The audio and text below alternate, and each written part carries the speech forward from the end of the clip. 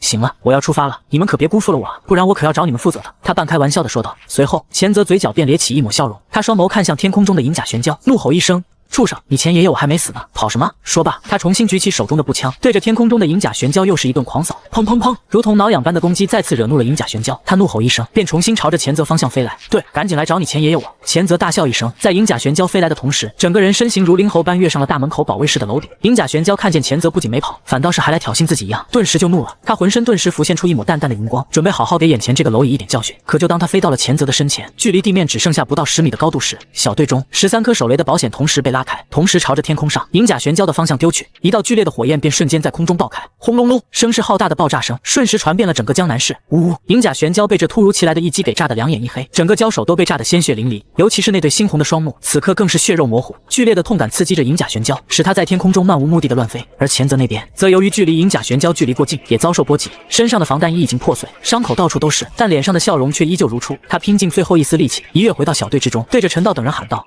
兄弟们，开火！砰砰砰，无数颗子弹飞向那被破开防御了的蛟手，打得银甲玄蛟嗷嗷惨叫。乍一看，局势似乎已经完全逆转，可陈道他们没想到的是，仅仅过去了不到3分钟，银甲玄蛟那血肉模糊的蛟龙手竟然已经快要愈合。猩红的双目重新睁开，目光扫过四周，最终在地面上重新找到了前泽的身影。此时的前泽已经因为受伤过重而陷入昏迷，但银甲玄蛟可没打算放过他。后，只见他低吼一声，身形如同银色闪电一般，眨眼间便来到了小队上空。滋滋，银甲玄蛟双爪半握在胸前，一道夹杂着恐怖雷霆之力的光球瞬间开始汇集。恢复速度怎么会这么快？陈道面如死灰，他能明显感觉到那颗雷球只要出手，他们整个小队都会全军覆没。而此刻距离支援到来的时间还剩下5分钟，败局已定。陈道心有不甘，他此刻才真正意识到病变纪元的开启意味着什么。实力，归根结底还是因为实力。如果他也是灵变境的强者，还会怕眼前这条小蛟龙？陈道缓缓闭上双眼，可过了半天，想象中被雷霆灼身的痛苦却并未传来。陈队，有人来了！这时，一旁队员激动的声音赫然传来：是支援到了吗？陈道心头一震，当即睁开双眼，还以为是军队的支援及时赶到。可是当他睁开眼睛后，眼前发生的一切却让他不由愣住。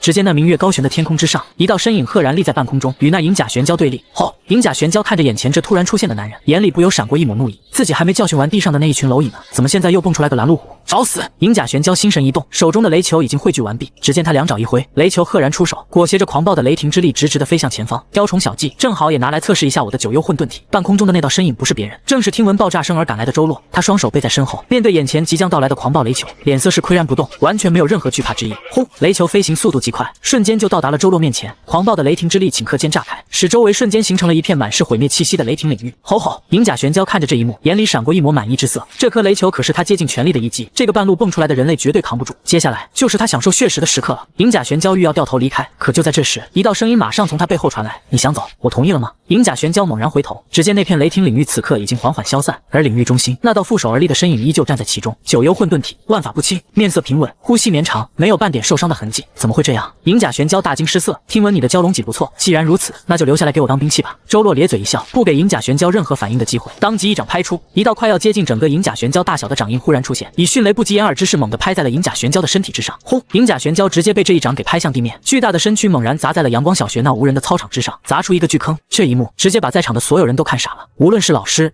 学生，还是赶来支援的陈道小队成员，皆是目瞪口呆。实力如此恐怖的银甲玄蛟，竟然在周洛手上撑不过一个回合，此人究竟是谁？吼！被砸落在坑中的银甲玄蛟发出一道不甘的怒吼，还想要起身挣扎，可周洛根本不给他机会，直接来到银甲玄蛟上空，一把掐住他3寸位置，还想挣扎？谁给你的勇气？周洛微微一笑，旋即右手向前一探，一只虚幻大手赫然握住了银甲玄蛟的蛟手，刺了！虚幻大手猛地用力，银甲玄蛟没有半点反抗之力，就被抽出了脊柱，只剩下那无手的蛟龙身还在大坑中摆动，似是不甘就这么死去。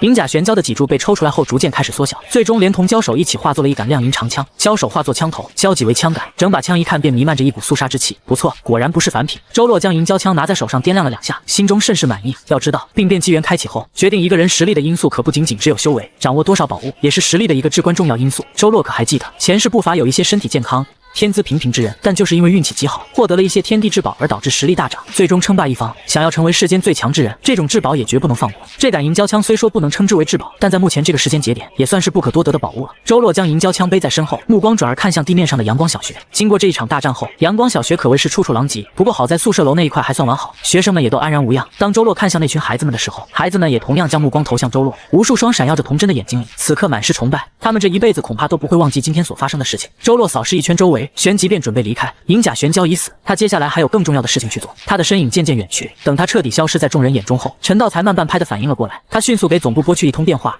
我是陈道，出现在阳光小学的银甲玄蛟已经被一神秘人出手解决，还有，马上呼叫救护车，我的队员有生命危险，要快！”离开阳光小学后，周洛带着银蛟枪迅速回到了自己的公寓楼内。他接下来要做的事情，便是赶快将手中这杆银蛟枪给炼化。病变纪元开启后，降临在江南市的第一重大机缘，便是3天后的南山秘境。周洛脑海中闪过回忆，南山秘境乃是前世病变纪元开启后赫赫有名的一次大机缘。秘境中珍宝无数，其中要数最珍贵的，还是一个名为九阳八卦盘的先天至宝。周洛清楚记得，前世获得了九阳八卦盘，被世人称之为挂甲天尊的吴启云，在获得九阳八卦盘之前，只是一个初始境的菜鸟。拿到这件号称最强防御的宝贝后，实力瞬间暴涨，甚至在日后一次兽王攻城之战中，凭借九阳八卦盘一人抗下了一次有5头竞技境兽王联手的进攻。初始境、灵变境、神异境、化灵境、竞技境，这便是病变纪元开启后天道意志所划分出来的5大修行境界。九阳八卦盘一定要拿到手。周洛眼里闪过一抹异彩，前世的这个节点，大家都不清楚秘境的重要性，可他不一样，他是重生者，九阳八卦盘他势在必得。深吸一口气，周洛视线重新回到手上的银蛟枪之上，心神一动，一股念头便从周洛脑海中蹦出，直直地窜入银蛟枪之中。念头进入银蛟枪后，周洛首先感受到的便是一股恨意。呵呵，你这小蛟还挺记仇，就算是已经死了，也不愿落入我手吗？周洛嘴角微微勾起，语气玩味。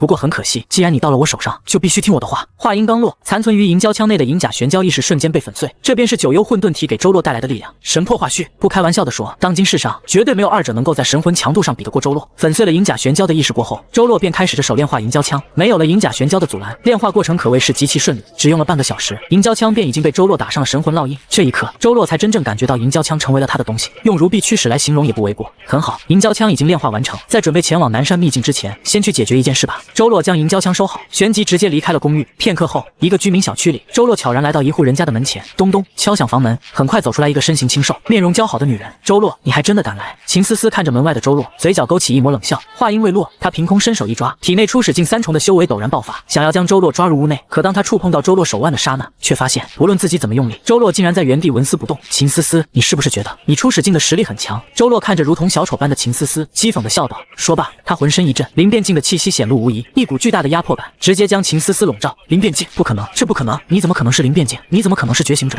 秦思思瞪大双眼，死死地盯着周洛，满脸的不可置信。他记得周洛的身体明明什么病都没有啊！秦思思，现在我问你，是谁该后悔了？周洛一脸玩味地看着秦思思，秦思思反应很快，脸上原先那恶毒的神情，此刻瞬间变得乖巧，甚至有一丝谄媚。周洛，你这么强，为什么不早跟我说啊？我为什么要跟你说？没等他继续说下去，周洛直接打断，冷笑一声后，手中凭空出现一杆银蛟枪。你觉得一个死人有必要知道那么多吗？说罢，周洛手中的银蛟枪径直向前刺出，枪尖如一道银芒，直接贯穿了秦思思的心口，溅起一抹血花。直到死前，秦思思还是那张满脸谄媚的表情，只不过她的眼中却多了一抹不可置信，完全不知道周洛为什么突然变得如此果断，竟直接将他杀死。直到最后，秦思思双目间的神采逐渐消散，周洛将枪尖抽出，清瘦的身躯怦然落地，发出一道闷响。第一个仇报了，接下来就是你了，柳如烟。周洛甩干枪尖的鲜血，缓缓离开此地。正当周洛在努力修炼之时，江南市柳氏集团内，柳如烟已经从轮椅上离开，此刻正盘腿坐在地上，感受受着天地间的灵气。半晌后，他才缓缓睁开双眼。该死的周洛！若不是他，我的灾厄圣体怎么会残缺至此？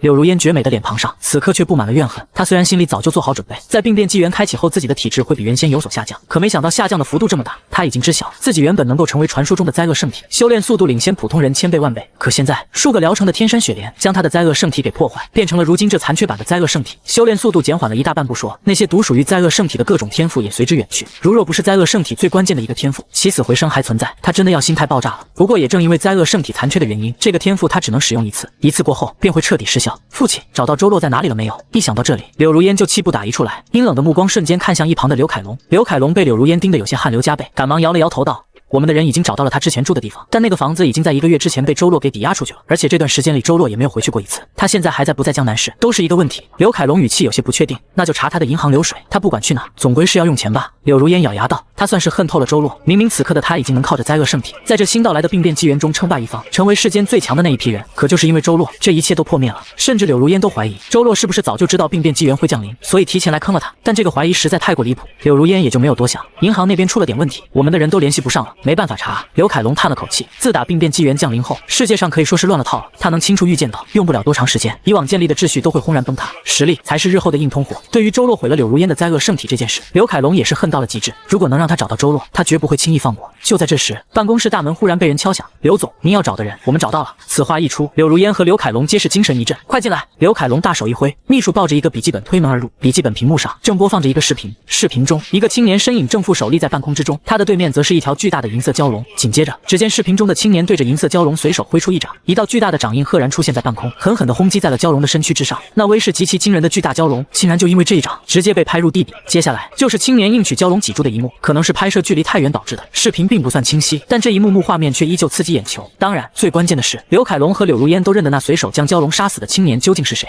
周洛。刘凯龙瞪大了眼睛，满脸的不可置信。柳如烟那绝美的眼眸之中，此刻也满是震惊。他为什么会这么强？柳如烟语气十分复杂，他万万没想到，那看上去健康无比的周洛，在病变纪元降临后，实力竟然会变得这么恐怖，这完全比他的灾厄圣体还要猛得多。虽然他目前的灾厄圣体是残缺版本，但柳如烟能明显察觉出来，就算自己的灾厄圣体是完全版，也绝对比不过视频上的周洛。女儿，看来我们不能按照原来的计划进行下去了。刘凯龙咬了咬牙道，既然周洛这么强，那我们只能去讨好他，再慢慢伺机而动。不管怎么说，我们柳氏集团跟他周洛也算是合作过一次，我还给了他1个亿，这多少算是一份情谊。听完刘凯龙所说后，柳如烟也只能默默地点了点头。他不蠢，知道什么时候该干什么事。如今周洛明显要强过他不知道多少倍，想要复仇，就只能等日后自己实力提升上来，反超周洛了才行。在这之前，一切就先忍着吧。刘凯龙见柳如烟没有拒绝，心中也是松了口气。他转头看向秘书，去帮我找到周洛的联系方式，我要亲自上门去拜访他。是。秘书应声离去。小区外，周洛正准备离开，兜内的手机却突然响铃，拿起来一看，上面赫然是柳氏集团的电话。周洛见状，嘴角微微勾起一抹玩味，旋即按下了接听键。我是周洛，有什么事？电话那头立马传来刘凯龙的声音。太好了，真是周先生你，我是刘凯龙，最近这几天我一直在找你，想要报答你给我女儿治病的恩情，终于让我找到了。刘凯龙的声音听起来十分激动，周洛闻言不禁也是有些想笑，正好他本就打算去柳氏集团一趟，直接把柳如烟和刘凯龙给除掉来着，这不自己送上门来了。想到这里，周洛便笑着回道，柳先生，那你准备怎么报答我？电话那头很快传来回应，您对我们柳氏集团的恩情之大，在电话里可说不完。周先生，要不这样，您告诉我您的住址，我带着我女儿亲自上门来拜访您。刘凯龙话音刚落，周洛便直接答应下来。好啊，那我把我家的位置发给你，我等你们。将公寓楼的位置发过去后，周洛便缓缓走回去，准备等待二人上门。电话那头收到周洛发来的位置后，刘凯龙嘴角都快咧到耳根了。我猜的果然没错，周洛的确惦记着我们柳氏集团给他的这份情谊，能够跟这种级别的强者搭上线，我柳氏集团日后的前程绝对光明一片啊！刘凯龙心情愉悦，他笑着看向柳如烟，女儿，走，我们一起去拜访周洛，你可一定记住了，不要在他面前展露恨意，一切等你实力提升上来后，我们再报仇。柳如烟缓缓点头，轻启朱唇，父亲，我自有分寸，绝对不会让周洛察觉。那就好，事不宜迟，我们马上动身。刘凯龙微微一笑，带着柳如烟迅速离开了柳氏集团，朝着周洛住处前去。半小时后，周洛的房门被人敲响。周先生，我是刘凯龙，我跟我女儿柳如烟来拜访您了。随着刘凯龙声音响起，没过多久，房门便被人从里面打开。周洛也在此刻出现在了柳如烟和刘凯龙的视线之中。周先生，您可算开门了。见到周洛后，刘凯龙顿时在脸上堆起了笑容。看着他这副模样，周洛心中不由好笑。在病变纪元降临之前，柳氏集团可是江南市最大的几个企业之一，出门在外可没人敢不给刘刘凯龙面子，可就是这么一个财富滔天的董事长，此刻竟然在自己面前卑躬屈膝，满脸堆笑。周洛暗暗感叹，这一切可都是实力所带来的。他想也知道，绝对是自己在阳光小学展蛟龙时被人拍下发到网上，刘凯龙他们看见了才会如此主动的来找自己。不过这也好，刘凯龙和柳如烟主动来找他，也算是帮他省了件事。周先生，你……刘凯龙见周洛半天不说话，当即便想用自己早准备好的说辞来套近乎，可他话还没说完，立马就被周洛给打断。刘董事长，你应该是看见了我在阳光小学杀了那条银甲玄蛟才找过来的吧？周洛嘴角勾起一抹玩味的笑容，直接开门见山说道，这直接就把刘凯龙给整不会了。但他反应也很快，立马接道，周先生，您斩蛟龙那一幕现在可是在网上传遍了，实在是少年英雄英姿勃发啊。然后呢？周洛继续看着刘凯龙，嘴角挂着一抹淡淡微笑。刘凯龙见状，顿时心里面一个咯噔，难道自己说错什么话了？眼见场面即将陷入尴尬，一旁的柳如烟立刻上前一步，笑意盈盈地看向周洛。周先生，您救过如烟的命，这些天里，如烟一直都在想着怎么报答您，可如烟不论怎么想，都想不出一个法子，所以就想着来当面请教您。说话间，柳如烟再次朝着周洛走近一步，她目送秋波，双颊飞霞，一双含水的美眸紧盯着周洛。您说如烟该怎么报答您好呢？如烟一定会尽力满足。一阵楚子幽香扑鼻而来，周洛看着眼前的柳如烟，心中不由啧舌，不愧是如烟魔帝，为达目的不择手段。若不是自己是重生者，还真能给柳如烟这副模样给骗过去，甘心做她的裙下之臣了。毕竟柳如烟虽然心狠手辣，但这副长相可是前世公认的天下第一，此女绝不能留。咳，周洛后退一步，轻咳两声，同时目光也看向了柳如烟，嘴角勾起一抹玩味。说到报答，我还真有件事想请你帮忙。什么忙？您尽管说。如烟绝对完成。柳如烟顿时大喜过望，但神色依旧未变，依旧是那副处处含羞的美人模样。既然你这么有诚意，那我就直说了。周洛眼里闪过一抹寒意，语气也瞬间变得冰冷。我想杀了你。话音刚落，周洛手中不知何时忽然多出来一把亮银长枪，枪尖如胶手，枪身如胶戟，常人只是看上一眼便能感觉到一股森然杀意。柳如烟的心头也在此刻涌起一抹不祥的预感，刚想要后退，下一秒却感觉自己心脏位置突然出现一抹冰凉。噗呲，银胶枪往前一探，如入无人之境般直接贯穿了柳如烟的心脏，数道血花也随之喷洒在柳如烟后方的墙壁之上。周洛速度极快，直到柳如烟双目渐渐失去光彩后，一旁的刘凯龙才反应过来发生了什么。周洛，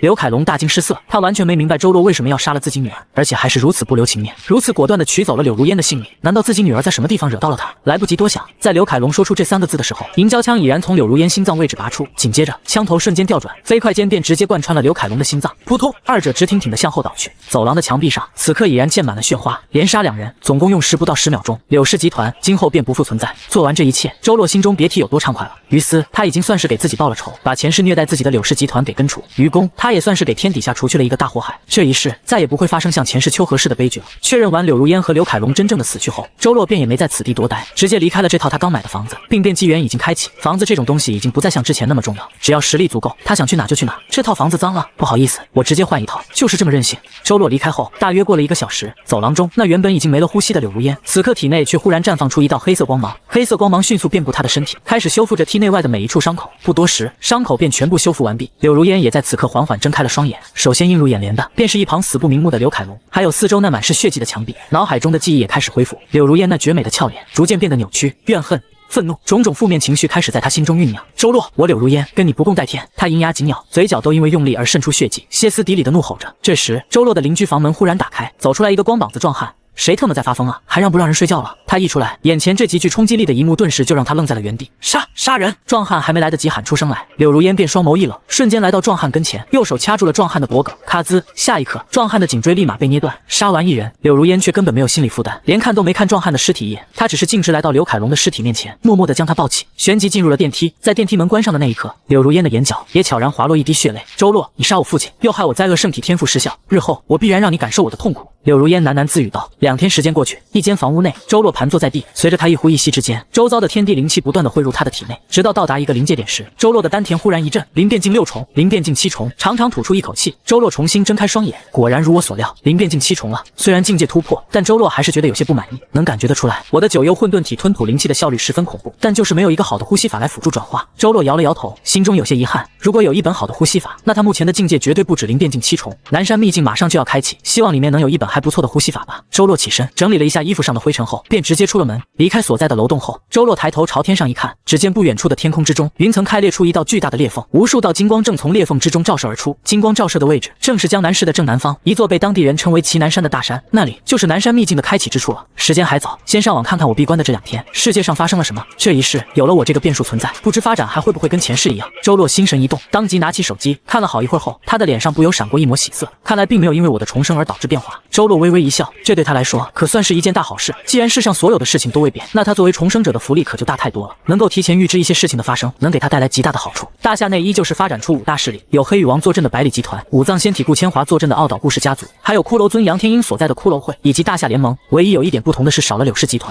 却多出来了一个前世被柳氏集团收编的江南山庄，就位于我所在的江南市。周洛收回手机，目光重新看向祁南山的方向。如今的他觉醒9幽混沌体，实力已经位列大夏第一，甚至说蓝星第一都不为过。这些势力都对他构不成什么威胁，他目前要做的只是去南山秘境找到前世获得了9阳八卦盘的吴启云。只要找到吴启云，就相当于成为了本次南山秘境的最大赢家。该出发了。周洛收回心神，旋即迅速朝着祁南山的方向走去。修为到达了灵殿境后，自己的身体素质可谓是强悍到了一个极其恐怖的程度，就算是直接御空飞行，对自己也没有任何难处。不过御空飞行这招还是太消耗体内的灵气，除非像是对付银甲玄蛟这种在天空中飞行的异兽之外，并不是特别必要。什么时候到达神异境就好了，到那时想飞就可以随便飞，根本不用考虑灵气消耗的问题。周洛一边朝着祁南山疾奔，一边在心中暗暗想到。约莫20分钟过去，周洛也是终于到达了祁南山的山脚下。此刻祁南山山脚已经聚集了一大堆的人，周洛只是略微扫了一眼，便判断出里面大多数人都是觉醒者。怎么会有这么多人？南山秘境不是都没几个人去参加吗？看着眼前乌泱泱的人群，周洛双眼微眯，心中有些疑惑。正想着，不远处的人群忽然有了动静，百里集团的人来了。卧槽，那走在最前面的应该就是黑羽王的妹妹陆月儿了吧？就是她。听说黑羽王身上的怪病乃是家族遗传，他妹妹的病症虽说比黑羽王轻一些，但也有60%的实力。听着旁边人传来的讨论声，周洛也将目光投向了那人群前方，其中最为瞩目的便是那位穿着一身黑色纱裙的女子。女子看上去年纪不大，估计只有20左右。黑羽王的妹妹。周洛看着迎面正朝着这边走来的陆月儿，眼里闪过一抹思索之色。他前世的确听过这么一号人，但绝不是在南山秘境这件事之中，而前世的南山秘境里也绝对没有百里集团的影子。看来柳氏集团的倒塌的确让世界线发生了一些变动，不过这无伤大雅。不管是谁来，本次南山秘境的最大赢家只会是他周洛一人，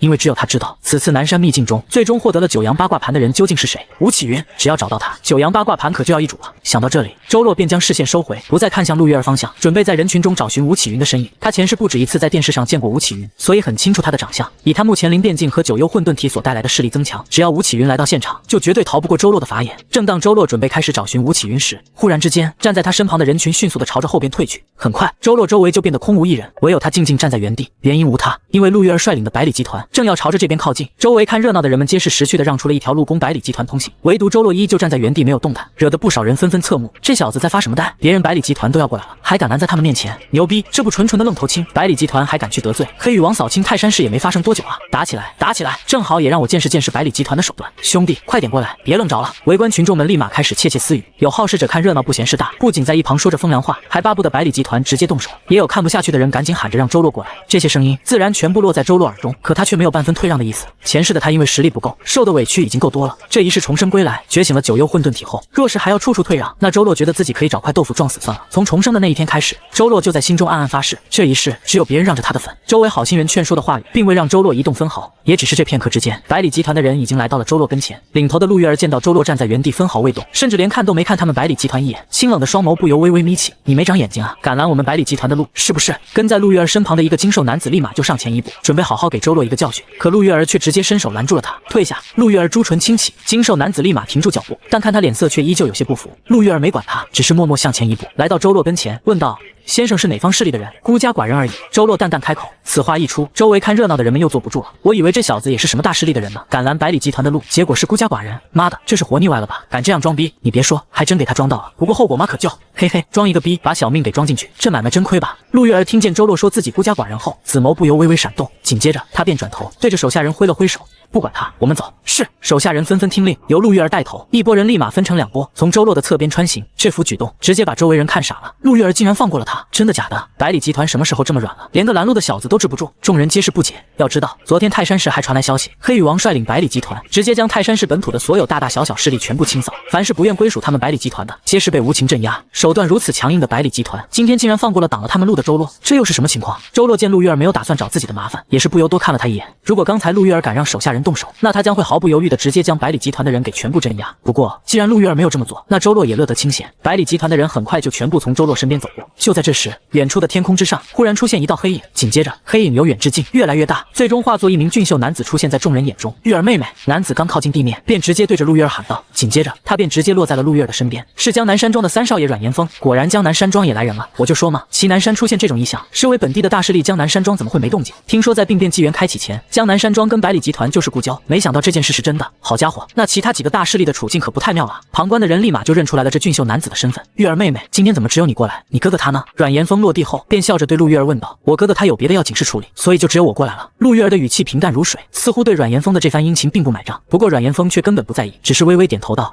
这样也好，我家也只派了我一人过来查看祁南山的情况，这下我们两个之间也可以联手了。说完，他又将目光看向了不远处的周洛，嘴角挂起一抹笑容。玉儿妹妹，刚才的事情我可都看见了，这家伙敢拦你的路，不如我去帮你教训教训他。陆玉儿闻言不禁眉头一皱，来之前我哥哥就告诫过我，多一事不如少一事，这件事你就别管了。放心吧，玉儿妹妹，我昨天便已经突破到了初始境6重，实力虽然比不过你哥哥，但教训一个毛头小子还是没什么问题的。阮岩峰做了个自认为潇洒的笑容，你在这里等我，我去就回。说罢，他也不管陆玉儿同不同意，径直就朝着周洛走去。周洛见状，眉头不由微微一皱，亏他刚才还以为能清静一下了，结果竟然突然冒出来这么个舔狗。不过也好，既然这位江南山庄的阮少爷找死，那他也不介意送他上路，回头再把江南山庄也一同灭掉，这样事件线不就跟前世重合了？我真他娘的是个天才！周洛嘴角微微勾起，转头看向正朝着自己走来的阮岩峰，在众人的目光注视下，阮岩峰很快就走到了周洛的面前。因为今天见到了玉儿妹妹，所以我心情好。阮岩峰一双细长的眼睛微微眯起，盯着周洛淡淡说道，我给你一次选择的机会，想活就去给我玉儿妹妹下跪道歉，我就饶你一命；你若是不想活，那我就杀了你。阮岩峰的语气很平淡，但在场众人听完他这番话后，却无一不背后渗出冷汗。所有人的目光皆是在此刻看向了周洛，想要知道他如何选择。不过大部分人心中其实都有了一个答案，肯定是选择下跪道歉啊！只要周洛不是傻子，那就只有这条路可选，不然的话，选择去死吗？嘿嘿，我就说装逼造类批吧，刚才还搁那一动不动，就是不给百里集团让路。现在好了吧，不下跪就等死，看他以后还装不装逼了。大伙脸上皆是换做了一副看好戏的表情。阮岩峰听着周围人的议论，嘴角也不由微微勾起，他要的就是这个效果。如今病变纪元到来，他们江南山庄作为江南市最强大的势力，必须要好好立下威势。再来查看此次祁南山异象时，自己被大哥好好叮嘱过，不管祁南山今天发生了什么，他都得弄出一些大动静来，让天下人都好好知晓他们江南山庄的名字，以后见到他们江南山庄的人都得毕恭毕敬的，不然今天的周洛就是下场，这才是他的真实目的。让路这件事只是一个借口罢了，没有第三条选项了吗？周洛看着眼前神色倨傲的阮岩峰，淡淡开口问道，没有，跪下或者死，2选1。阮岩峰双眼微眯，心中已有不快，我能让你小子有条活路就已经不错了，结果你还想讨价还价。他决定了，如果周洛再不识好歹，不马上下跪的话，那他就直接出手将其杀死。正当他这么想着的时候，突然之间，阮岩峰只觉得胸口处传来阵阵凉意，低头一看，发现周洛手上不知何时已经多出来一把通体亮银的长枪，长枪的枪尖已然贯穿了自己的心脏处。阮岩峰双目瞪大，开口想要说些什么，但喉头却陡然涌出一股鲜血，瞳孔开始逐渐消散，仅仅毫秒之间便已经失去了生命。噗呲，周洛将银胶枪从阮岩峰胸口处拔出，旋即往地上一甩，枪尖沾染的血液全部被甩落在地。焕然一新，他看着眼前倒在地上双目无神的阮岩峰，嘴角微微勾起，那我告诉你第3个选项是什么，就是我杀了你。整个祁南山脚此刻只回荡着他的声音，在场的所有人已经被眼前所发生的一幕给深深震撼。太快了，实在是太快了。周洛从拿枪开始，直到杀死阮岩峰的过程，仅仅才用了不到1秒，甚至都没看清楚周洛是怎么拿出银胶枪的。此刻，在场众人的心中已经满是震惊，一个个看向周洛的眼神也变得如同看怪物一样。刚才还在嘲讽周洛的那几个人，此刻更是噤若寒蝉，不敢发出一丝一毫的动静，生怕周洛回头找他们麻烦。不远处的陆玉儿此刻美眸中也只剩下震撼和疑惑，周洛究竟是谁？刚才他的视线可是一直在周洛和阮岩峰的身上没移开过。以他目前初始境7重的修为，应该算得上是在场众人里修为最高的一档，也应该是目前病变纪元刚刚开启后修为接近顶峰的一批人了。可就算如此，他依旧是没看出周洛到底是怎么出手杀死阮岩峰的，没有一丝一毫的掏枪动作，就像是眼睛一闭一睁，银胶枪的枪尖就已经贯穿了阮岩峰的心脏，实在是恐怖如斯。陆玉儿此时为自己刚才的选择感到万分庆幸，还好自己没有像个傻子一样，非要让周洛让路，不然的话，他很确定现在躺在那里的人极大概率不是阮岩峰，而是自己。在无数道目光的注视下，周洛心念一动，手中银胶枪忽地开始缩小，最终被他收入了袖口之中。这便是银胶枪炼化后的一个效果，能随周洛心意变化大小，就跟大圣的如意金箍棒一样。在场众人看着这根变魔术一样的效果，又是被深深震撼到了。这种功能在病变纪元到来之前，他们可是只在电视小说上见过了，怎么病变纪元一开启，这种只存在于神话之中的功能就出现在现实了？感受着周围人震惊的眼神，周洛心中十分平静。这种变化大小的功能其实并不罕见，只是现在病变纪元刚开启，大多数人还不知道而已。这世上真正的那些圣器是能够直接收入体内的，这可比变化大小要牛逼多了。就比如南山山秘境里面的九阳八卦盘就有这个功能。将银胶枪收回袖口后，周洛便继续开始寻找着吴启云的身影。算时间，距离南山秘境开启已经只剩下最后10几分钟。吴启云此刻肯定就隐藏在人群中，必须要找到他，不然这么好的获得先天至宝的机会就这么错过了。不知是不是巧合，在周洛将目光看向人群中时，刚好就看见了一个熟悉的面孔。只见距离周洛不远处的人群里，一个留着山羊胡的精瘦老头正在打量着周洛。见周洛将目光朝自己看过来后，山羊胡赶忙移开视线，生怕周洛注意到他。可已经为时已晚，找到了。周洛眼前一亮，这个山羊胡老头就是他要找的吴启云。前世这老头可没少上过大夏联盟的采访节目，因此这张脸早就被周洛深深记在心里。在找到吴启云后，周洛并没有一直盯着他，而是将目光移开，就像是他刚才只是随意扫了吴启云一眼一样。果然，在周洛将目光移开后，吴启云心中深深的松了口气。没办法，刚才周洛所展现出的实力实在是太过恐怖，那杀人不眨眼的手段也是和平时代前所未见的。若是被这么一个狠人盯上，那他可就不想再继续凑热闹，而是赶快溜人了。事情回归平静，阮岩峰死后，再没人敢看不起周洛了，甚至都没人敢靠近周洛，这就导致原本人头攒动的祁南山脚，此刻十分不自然地流出来了一块空地。空地上除了周洛和阮岩峰的尸体之外，再无其他。周洛自然也乐得清闲，虽然这样显眼了一点，但也不会再有人敢来找他麻烦了。不远处，陆月儿看着一脸淡定、目光平静看向前方的祁南山的周洛，美眸不由微微闪动，思索了片刻后，他轻移莲步，缓缓朝着周洛方向走去。小姐，后边有手下想开口，但立马被陆月儿一个眼神给对了回去。很快，陆月儿来到了周洛身边，这位先生，月儿刚才失礼了，特地给您来赔个不是。他缓缓开口，声音清丽，妥妥的御姐音。周洛见陆月儿竟然来找自己道歉，不由多看了他一眼，这女人不简单，明明刚才也没招惹到自己，此刻却顶着这么多人的目光来找自己道歉，目的吗？周洛自然也看得出来，陆月儿这是想来结交自己。不过周洛目前并不想沾染其他，先拿到先天至宝九阳八卦盘再说。行了，你走吧。周洛摆了摆手，示意陆月儿离开。陆月儿见到后，脸上竟然没有浮现出半点不满，而是微微颔首。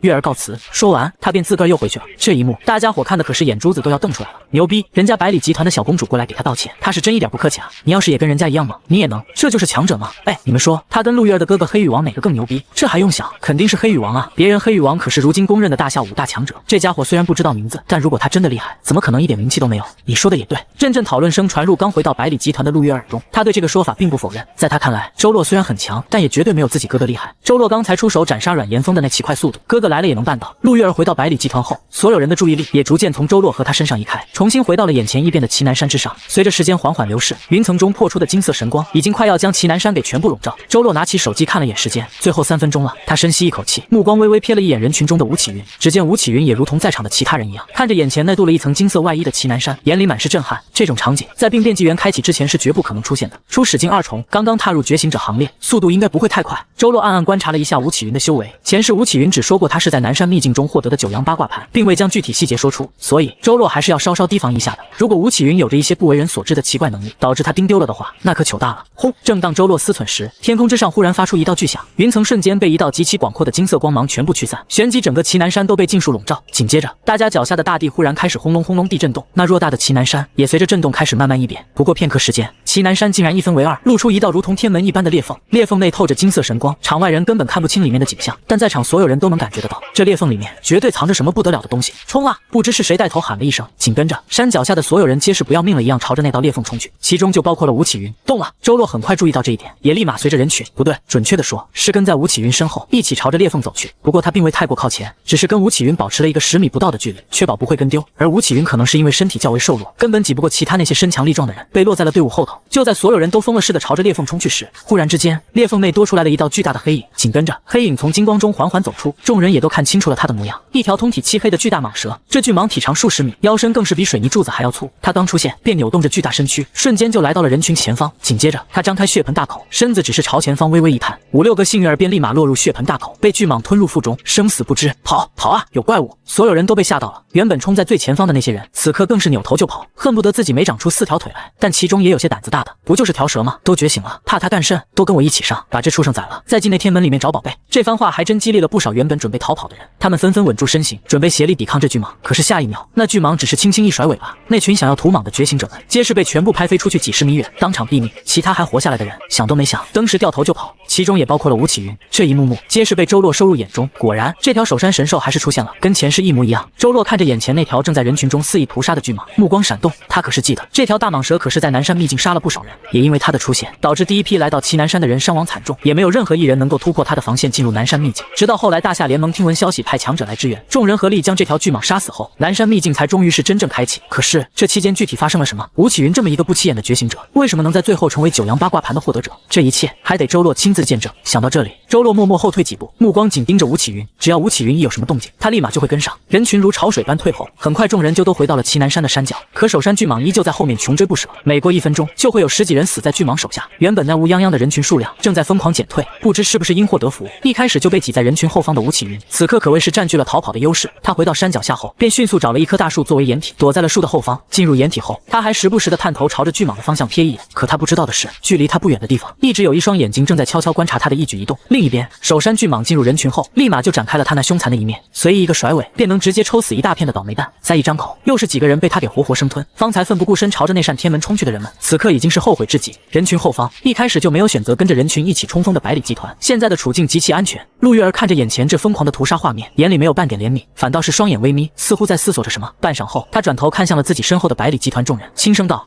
你们在原地等我，我去会会这条小虫。小姐，这太危险了，不能去啊！是啊，小姐，你要是出了什么事，我们怎么跟黑羽少爷交代？”他一开口，立马就传来了反对的声音，可陆月儿却根本不在意。无妨，我的能力与哥哥相似，想要跑的话，这小虫抓不到我。可是同样的话，我不想重复第二遍。我带你们过来，不是让你们否决我的命令的。还有人想要劝说，但却立马被陆月儿给对了回去。这下，刚才还跃跃欲试想要劝说的那几人，立马就闭上了嘴。陆月儿也没有愣着，只见他心神一动，背后赫然舒展出一对满是黑羽的翅膀。下一刻，翅膀轻微扇动，他整个人便直接朝着巨蟒的位置飞去。陆月儿此番造成的动静很大，让不远处的周洛也注意到，这就是跟黑羽王同源的能力吗？周洛仔细观察着那对黑色羽翼，作为九幽混沌体，周洛的眼睛已然被赋予了法同言灵的能力，只需一眼，他便直接看穿了这对黑色羽翼的力量特征，速度，纯粹的速度。怪不得前世的人总说天下速度最快之人，当属百里集团的黑羽王了。就连黑羽王的妹妹所觉醒的这对残缺版黑色羽翼，都能让他的速度变得如此之快，那病情更加严重。觉醒了完全踢黑色羽翼的黑羽王本人速度有多快都不敢想啊！陆月儿俯身横冲至首山巨蟒上空后，只见他驱使着自己的黑色羽翼，对着那巨蟒轻微一扇，咻咻咻，数十根黑羽赫然呼啸而出，直接朝着巨蟒射去。这些黑色羽毛在触碰到首山巨蟒的外表后，并没有像其他人的攻击一样被全部挡住，而是直接穿透了巨蟒的鳞片，深深扎入了肉里。嘶嘶，首山巨蟒疼的身子都抽搐了一下，旋即那冰冷的蛇瞳里杀意迸发，一记甩尾便直接冲着半空中的陆月儿抽去。可陆月儿的速度要比他更快，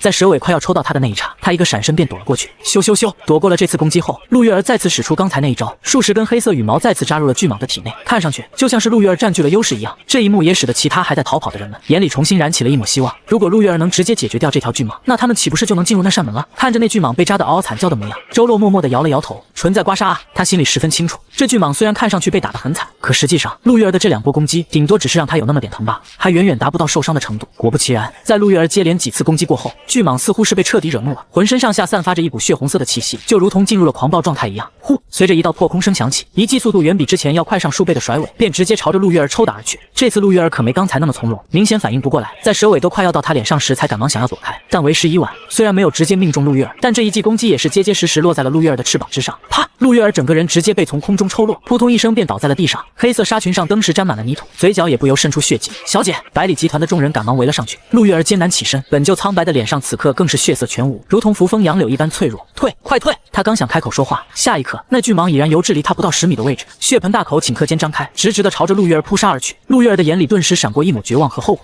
他太高估自己了。同样的，他也太低估了眼前这条巨蟒的实力，终究还是病变纪元刚开启，对付巨蟒这种异兽的经验还是太少。正当他绝望之际，一道黑影忽然出现在巨蟒身躯3寸位置，砰！黑影蓄起一拳，对准位置直接轰出，巨蟒瞬间如同被攻击到了要害，整个身子抽搐了一下，张开的血盆大口也迅速合上。嘶嘶，他身躯扭动，瞬间后退了上百米的距离，旋即一对冰冷的蛇瞳死死地盯着多出来的那道身影，是大夏联盟的人。周洛也将目光投射过去，立马就认出来了出手之人的身份，那是一个穿着特殊制服的寸头壮汉，这身制服便是大夏联盟的官方制服。前世周洛与大夏联盟也有些渊源，所以一眼就将其认出。大夏联盟的人果然赶到了，跟前世的发展走向一模一样。周洛又看了一眼吴启云的方向，吴启云依旧躲在那棵大树后边，探头朝着前方战场位置看去，依旧没有要走的意思。看来变数应该要在进入南山秘境后才会发生。周洛原本以为是吴启云触发了什么特殊的开关，导致他提前进入了南山秘境，所以才凭借自身普通的实力获得了九阳八卦盘这件至宝。现在一看，估计这家伙就是纯粹的运气好。与其他人一同进入南山秘境后，他不知道干了什么，误打误撞闯入了九阳八卦盘的存放处，将其拿走。这样的话，那就不浪费时间了。周洛双眸一冷，他之所以一直没有出手解决这条巨蟒，就是想观察观察吴启云。现在结果已经出来了，他也不需要再观察了，赶紧解决了这条巨蟒，放吴启云进入南山秘境才是要事。时，接下来到他出手了。场上战斗依然激烈，陆月儿退场后，巨蟒就跟那大夏联盟的壮汉打得有来有回。不过随着时间缓缓流逝，明眼人也都能看出来，壮汉依旧是落入了下风。那首山巨蟒的实力实在是出乎了在场所有人的意料，不仅强，而且强得可怕。这绝对是一条灵变境的异兽。该死，这条蟒蛇也太他妈猛了！被巨蟒一记甩尾抽的恋恋后退十几步后，壮汉心中已经开始骂娘了。他名为楚汉云，乃是江南市大夏联盟之中的顶尖强者，实力在初始境8重。听闻祁南山出现了异兽巨蟒后，立马就被江南市总部派了过来，协助众人解决。本以为身为江南市大夏联盟的最强者，自己能够轻易解决这条巨蟒，可现在看来根本不是一回事。别说解决巨蟒了，自己都快要被巨蟒给解决了。就在刚才，他已经向总部发送了求助信息，总部也告诉了他，已经派出热武器部队朝着这边赶来，预计还要等个10分钟左右。可他哪里能撑过10分钟？另一边，陆月儿也能看出楚汉云马上就要支撑不住，他咬了咬牙，目光朝着周洛的方向看去。在他看来，在场的所有人里面，要是挑出一个能跟这巨蟒有一战之力的人，就只有周洛了。可是自打刚才，他就一直在偷偷观察周洛，发现他似乎并没有出手的意思。看来这次是进不了这一边的祁南山里面了。不行，得赶紧离开这里。这大夏联盟的人一旦支撑不住，我恐怕也得交代在这里。得赶紧回去通知哥哥。祁南山这一项一看就不简单，说不定里面藏着什么天大的机缘。陆月儿已经打算让手下带着自己一起离开了。可就在这时，他眼中那道一直站在原地的身影忽然动了，他要出手了。陆月儿心头一震，只见前方不远处，周洛有了出手的打算后，便直接掏出了袖口里的银胶枪。下一刻，他便已经握着银胶枪来到了巨蟒的头顶。刚刚还因为在跟壮汉的战斗中取得了优势的巨蟒，此刻见到又有一个虫子来到了自己身边，蛇瞳里顿时闪过一抹不屑。紧接着，他便随意的朝着天空中周洛的位置挥出一记尾鞭，蛇尾撕裂空气，以极快的速度朝着周洛呼啸而去。小心！地面上偶得喘息之机的楚汉云看见这一幕后，赶忙对着周洛吼了一句，想要提醒他。可下一刻，他却忽地瞪大了双眼，像是看见了什么不可置信的事情一样。天空之上，周洛看着即将到来的攻击，脸色极其平淡，没有半点惧意。雕虫小技，他只是轻轻抬手一挥，那硕大的蛇尾瞬间就如同断了线的风筝一样，直接被拍飞了回去。首山巨蟒更是从尾巴处感受到了一股钻心的痛，比之刚才被壮汉一拳击打3寸时还要浓烈。嘶嘶，一双树瞳死死地盯着天空上的周洛。首山巨蟒正在思考着怎样还击，可他马上就发觉到了一丝不对劲。人呢？刚才还在自己头顶的人呢？不见了。蛇瞳迅速做出反应，视线不断地扫过四周，可依旧没有找到周洛的身影。就在巨蟒疑惑之时，一道颇有磁性的声音从他头顶的正上方传来：“别找了，我在这儿。”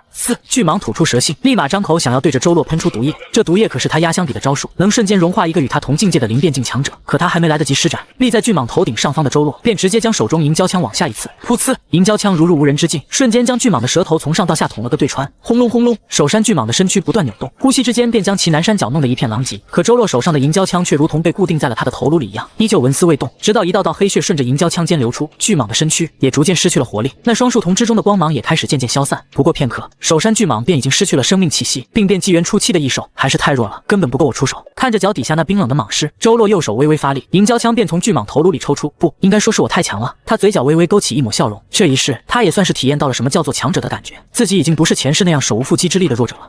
死了！地面上，楚汉云见到巨蟒死后，两个眼珠子差点都要瞪出来了。这条在刚才差点就杀了自己的异兽，竟然被周洛2下就除掉了，甚至连一点反抗的余地都没有，完全就是被碾压。咱们江南市竟然还有这号人！楚汉云赶紧看了2眼周洛，越看越觉得周洛眼熟，这不是前几天斩杀了那条出现在阳光小学上空的银甲玄蛟的神秘男子吗？竟然是他！认出周洛的身份后，楚汉云顿时就不奇怪了。当时正灵病变纪元刚刚开启，大家的实力大部分都还处于初始境前期，面对那条实力在灵变境的银甲玄蛟，只能用威力强大的热武器才能够解决。可就当他们大夏联盟的支援快要赶到时，周洛的忽然出现，直接把所有人，包括他们大夏联盟的总指挥官给干懵逼了。一个人直接就把几近于无敌的银甲玄蛟给手撕，那画面实在是太过恐怖。事情发生后，虽然周洛直接选择离开，但大夏联盟依旧在四处找寻周洛的身影。没想到今天让自己给遇见了。陆月儿看见周洛一枪就直接解决了首山巨蟒后，心中也满是震撼。这画面怎么感觉似曾相识？貌似跟周洛一击秒杀阮岩峰的时候一模一样吧？就好像踹死了路边一条狗一样，随手的一枪直接把这条灵变境的恐怖巨蟒给干掉了。是我太低估他了。陆月儿的心里已经重新给周洛的实力下了一个定义，他感觉周洛的实力说不定跟自己哥哥是一个档次的。周洛将首山巨蟒杀死后，现场其他人皆是愣在原地，已经完全被周洛的实力给深深震撼，以至于到现在都没人发觉他们可以进入南山秘境了。周洛看着这群愣在原地的人们，眉头不由微微皱起，这可不行啊！看现在这个情况，如果自己不先进去南山秘境的话，那其他人估计也不会进，可自己还得跟着吴启云呢，这该如何是好？周洛一时间陷入了两难。不过很快，他便想到了一个解决方案，没有犹豫，周洛直接朝着祁南山那道如同天门般的金色裂缝飞去。众人看见他的动作后，也全部反应了过来。现在唯一的拦路虎巨蟒已经被杀死，不正是进入那道天门的最好时机了吗？他们还在等什么？冲啊！一时间，所有人又恢复了一开始的狂热，纷纷朝着前方冲去。吴启云自然也在其中。陆月儿和楚汉云二人只是稍作犹豫了一会儿，最终还是选择跟着进入了祁南山。不多时，跑得快的已经成功踏入了祁南山金色裂缝的范围，消失在了众人眼中，就像是这裂缝后方有着另一个空间一样。有些较为谨慎的人们原本心中还有些犹豫，但见到许多人都纷纷跟了进去，旋即也都咬了咬牙，一起进入了那金色裂缝之中。而就当所有人都一股脑地往那裂缝里冲时，没有人注意的是，在距离裂缝不远远处的一个树丛之中，周洛正隐匿在这里。没错，他并没有选择直接进入南山秘境，而是假装踏入金色裂缝之中，但在临界点时又赶紧撤了回来，找了一个藏身处隐匿，目的就是为了等着吴启云到来，跟他一起进入南山秘境。来了！忽地，周洛眼前一亮，只见前方不远处，位置在队伍后方的吴启云终于是来到了裂缝附近。看着眼前散发着金色光芒的巨大裂缝，吴启云那张一看就精明无比的老脸上少见的浮现出了一抹贪婪。身为聪明人，吴启云很清楚，病变纪元开启之后，实力才是一切，而自己作为一个觉醒者中的底层，凡是出现这种可能藏着大机缘的异象，就一定要进去参加，不然的话，一辈子都会沦为鱼肉，任人宰割。吴启云没有犹豫，跟在众人后方，直接踏入了秘境之中。而在他进入秘境的下一刻，周洛也已经动身，几乎是同一时间跟吴启云一起进入了南山秘境。眼前白光一闪，凡是踏入裂缝之人，此刻已然是进入了南山秘境之内。周洛也是如此。在视线重新恢复之后，周洛环顾四周，发现自己与其他一同进来的人们一样，正处于一片密林之中。前方不远处有着一块较大的空地，空地上则是有着一座外表古朴的塔形建筑物。除此之外，便再无其他有辨识度的物件，有的只有一片片树丛。被传送到这里的人们，此刻正在四处张望，脸上满是好奇。许多人在观察完四周，发现并没有什么危险后，便不约而同地将目光放到了那座小塔之上。很明显，这座塔就是这片神秘空间最为重要的区域。如果有着什么大机缘，也大概率藏在这座塔内。一些胆子大的已经不再继续停留原地，而是朝着塔的方向走去。有人领头，其他人也纷纷跟上，跟着吴启云一起传送进来。此刻正位于队伍后方的周洛，眼中也不由闪过一抹新奇。这里便是南山秘境之内吗？虽然南山秘境这4个字在前世都被周洛听得耳朵起茧子了，但无论怎么说，都是他从其他人嘴里听说的。可这次却不一样，是他自己亲身进入。这座塔应该就是那座浮屠塔了吧？周洛看向前方的那座塔形建筑物，浮屠塔乃是南山秘境中最为重要的建筑物。塔内没有别的，只有第一层的一个大厅，以及一条直通塔顶的旋转楼梯。听上去似乎平平无奇，但就是这道楼梯拦住了前世参加南山秘境的所有人，不论是普通觉醒者，还是拥有顶尖天赋的天才，没有一个是能从这道楼梯踏入塔顶的。这件事也成为了前世所有天才心中的遗憾，因为南山秘境在这一次过后，再也没有出现第二次。登上塔顶后究竟会发生什么，没人知晓。可就算是这样，吴启云还是从南山秘境里面获得了先天至宝九阳八卦盘。后面有人问起他是不是登上了浮屠塔塔顶，他却摇头否认。可让他说说自己是怎么获得了九阳八卦盘的，他又闭口不提。他去浮屠塔了。周洛忽然眼神一动，只见距离他不远的吴启云，此时正跟着大部队朝着浮屠塔方向走去。这家伙不是说自己没登过浮屠塔吗？周洛有些疑惑，难不成是吴启云用了什么别人不知道的方法上了塔顶，然后自己不肯说？很有可能。想到这里，周洛立马加快了脚步，二人一前一后进入了浮屠塔内。刚踏入浮屠塔大厅之中，周洛便看见已经有许多人正在尝试着去上那道楼梯。毕竟塔内除了这道旋转楼梯之外，可谓是空空如也。想也知道楼梯上方肯定藏着好东西。不对，我怎么越来越走不动了？可登上楼梯的那群人却发现一个很严重的问题，自己每向上走一步，都会发觉脚步越来越沉重，直到最后想要抬腿都抬不起来。可如果产生了放弃的念头，要后退时，却发现大腿又能活动自如了。你们是不是太弱了点？这点楼梯都迈不过去。少部分人却似乎没有感受到压力一样，看着其他停在10几层就走不动的那些人，就跟看智障一样。他们没有管其他停在原地的人，只是赶忙朝着楼梯上方走去。楼梯下方，周洛将这一幕幕都收入眼中。这便是传说中的那道楼梯吗？前世的人们已经将浮屠塔内的这道楼梯给分析得明明白白了。天赋越高，能登上的楼梯层数就越高，这其中完全不看其他任何因素，什么意志力、精神力等等根本没用。不知道吴启云的九阳八卦盘是不是如他所说一样，不是在这浮屠塔内获取的？如果他说的是真的，那等会跟着他拿到九阳八卦盘后，我岂不是也可以来登塔？周洛忽然想到一件事，以自己这汇聚了100多种负面状态而换取的九幽混沌体，要登上这浮屠塔不是轻轻松松，就看吴启云说的话到底是不是真的了。他上了。周洛目光一凝，前方吴启云已经来到楼梯下方，脸上满是跃跃欲试的表情。在周洛的注视下，吴启云很快就登上了楼梯。走前几阶的时候，吴启云还轻松自如，脸上没有半分不适。但直到他来到15层时，吴启云忽然感觉自己想要迈出一步所要用出的气力比之前要多上数倍。最终他整个人停留在了19层，明明距离20层只差一步，但他就算是咬紧牙关，拼了命的想要抬腿，以至于脸色都变得涨红都不行。操！吴启云猛地爆出一记粗口，他放弃了。虽然放弃，但他看向浮屠塔顶的眼神中依旧满是不甘。明明只需要上个楼梯就很有可能逆转命运，可自己怎么不争气呢？吴启云懊悔至极，他慢慢后退，最终从楼梯上走下，回到了大厅之中。但他也并不想就这么放弃，而是转头朝着浮屠塔的大门处走去，想要去野外的密林中看看有没有什么机会。没想到他前世所说的那番话是真的，周洛眼前不由一亮。这么说的话，那他这次南山秘境之行，不就很有可能拿到2份大机缘了吗？真是没想到，九阳八卦盘竟然都不是南山秘境中最大的机缘。那这浮屠塔顶上究竟有什么？周洛决定待会儿拿到九阳八卦盘后，一定得上塔顶看看。不过现在最重要的还是赶紧跟上吴启云才是。在离开浮屠塔后，吴启云凭感觉找了一个方位，直接钻入了密林之中。这里究竟是什么地方？奇南山里面怎么会藏着这么大的一片天地？妈的，老子前半辈子真是白活了，应该早来奇南山看看的。吴启云一边在林子中行走，一边观察着四周，直到他往前深入300米后，忽然间后方传来一道猛兽的吼声，把吴启云给吓得浑身一抖。回头一看，发现自己后边不远的地方，不知何时竟然多出来了一头异兽。这异兽体型健硕，长得跟老虎极其相似，但眉心处却有着一根硕长的独角。跑！吴启云想也没想，当即慌不择路地选了一个方向逃窜。后方异兽自然是穷追不舍。吴启云再弱，毕竟也是个觉醒者，此刻拼了老命逃跑的他，爆发出了完全不属于他这个年纪的速度。但异兽的速度也不慢，稳稳地追在吴启云的身后。很快，吴启云忽然发现前方不远处出现了一个山洞，山洞的入口十分狭小。吴启云初步判断了一下，发现就算是自己都得侧着身子才能进去。如果能进到里面，那后面这头异兽肯定追不过来，死里逃生了。吴启云心情激动，来到山洞入口处后，便立马侧身钻了进去。果不其然，在他进去之后，那如同老虎一般的异兽真的进不去了。异兽在入口处徘徊了一会儿后，便悻悻地走开了。山洞内，吴启云发现异兽走后，并没有选择从洞口离开，而是转头看向了这黑黢黢的山洞内部，在里面逛逛，说不定又发现。吴启云心中默默想到，他朝着山洞内部走去。山洞内很黑，除了洞口处照射进来的几缕阳光外，便再无任何光源。